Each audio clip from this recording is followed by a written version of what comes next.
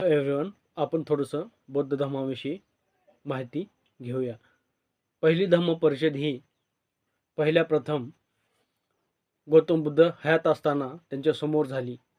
त्यामध्ये त्या धम्म परिषदेमध्ये सर्व बौद्ध धम्माची माहिती आणि तथागत गौतम बुद्धांनी दिलेला जो धम्म आहे, जो संदेश आहे, तो मुखोद्गत करण्यात आला, म्हणजे पाठांतर करण्यात आलं. आणि धम्मामध्ये जे नियम अटी आहेत यांचं सुद्धा पाठांतर करून त्याचा प्रचार प्रसार करण्यात आला. दुसरी बौद्ध धम्म परिषद काल अशोक, सम्राट काल अशोक यांच्या कारकिर्दीमध्ये झाली.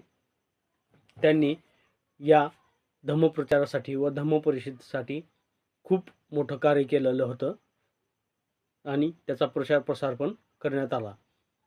त्यानंतर तिसरी बौद्ध धम्म परिषद, त्याला संगीती सुद्धा म्हणता येतं, ती तिसरी बौद्ध धम्म परिषद इसवी सन पूर्व 250 मध्ये मौर्य सम्राट आणि ज्यांच्यामुळे आपण बौद्ध धम्माचा विचार आचार आज अभ्यासतो आणि त्याचा प्रचार प्रसार करतो, ते मौर्य सम्राट अशोक यांच्या काळात तिसरी धम्म परिषद झाली.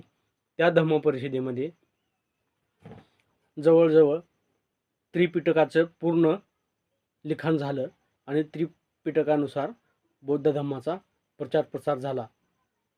तर हे तुम्हाला माहीत होतं का? हे कमेंट करा, लाईक सबस्क्राईब करा. धन्यवाद.